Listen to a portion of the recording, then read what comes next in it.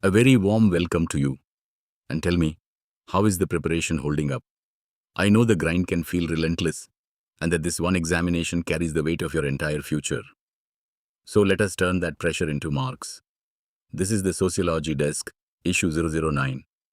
Today we take one story that almost every aspirant will recognize, and I will show you how to lift it from a newspaper report into a top-band sociology answer. The concept, the thinkers, and the exact way to write it. Let us begin. Our focus today is the NEET-UG 2026 paper leak.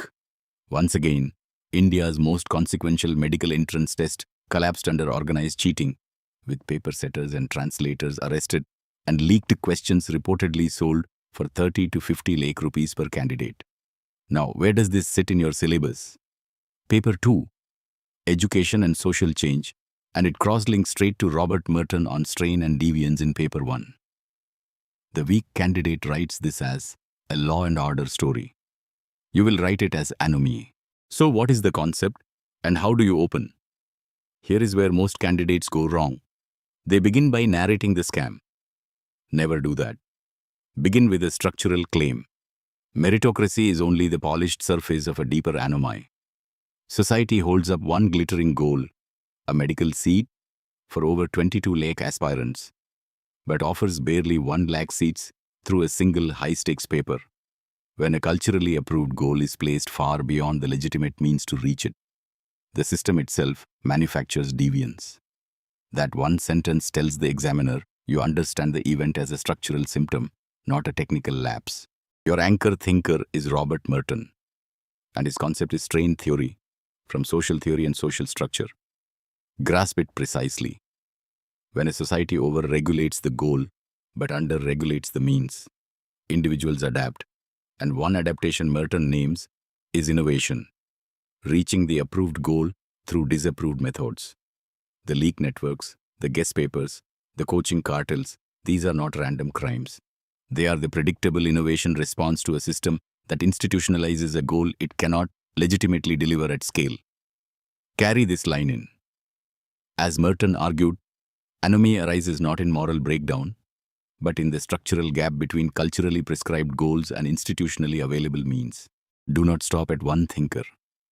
The high scorer sharpens the diagnosis with Pierre Bourdieu and the idea of cultural capital, from reproduction in education, society, and culture. NEET claims to be neutral and merit-based, but it quietly presupposes the resources of a well-funded coaching habitus. Sikar and quota have become factories that convert family savings into examination strategy. So the test that promises a level field actually transmits class advantage across generations, while wearing the mask of fairness. As Bourdieu argued, the examination is the most neutral-seeming mechanism through which class passes on its cultural capital. Now one precise move that separates the toppers. The distinction between Merton and Durkheim on anomie. Many candidates blur the two and lose marks. Durkheim located anomie in rapid moral transformation, when collective regulation cannot keep pace with social change. Merton located it elsewhere, in the structural gap between approved goals and available means. The NEET crisis is Mertonian in pure form. The goal is over-regulated, the means are under-regulated. State that distinction cleanly, and you have answered what is in fact a recurring 10-mark question on its own. Now hear me carefully because this is where the marks are won. 2 scripts reach the examiner. The 14-mark script narrates the leak, the arrests, the rupees, and ends by saying the system is corrupt. That is journalism, not sociology. The 19-mark script opens with the structural claim that meritocracy is the surface of anomie, names Merton and strain theory with the correct work, deploys the leak in just 1 or 2 sentences as evidence, sharpens it with Bourdieu on cultural capital, and then makes the clean Merton-Durkheim distinction. It closes by noting the Supreme Court delaying computer-based testing to 2027, so the structural strain persists. Same event, a completely different league.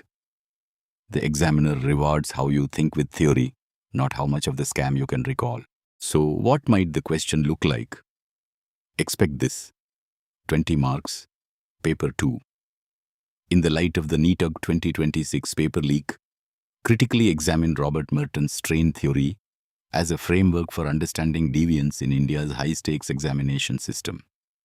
And keep a second one ready, a 10-marker.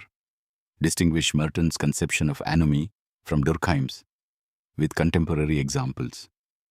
If you hold Merton, Bourdieu, and that distinction, you already own both answers. Practice them tonight and keep the event to 2 sentences. Let us revise quickly. 1.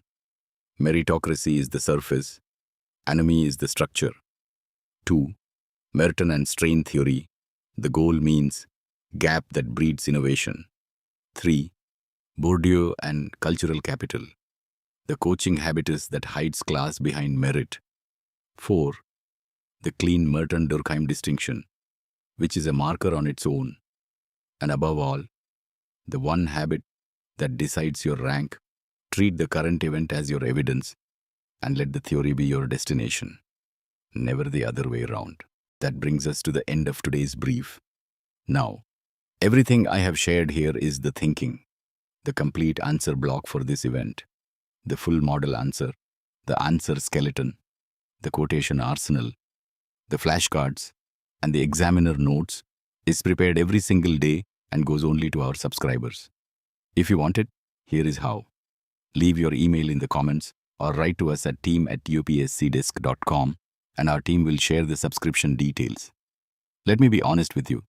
It is a paid subscription and it is paid for a reason: the quality, the edge, and the competitive advantage it gives you over candidates who cannot connect current affairs with theory. I wish you the very best with your preparation. And remember, the journey is long and it will test your patience. But the aspirant who returns to the desk every single day, even when tired, is the one quietly moving ahead. I will see you tomorrow.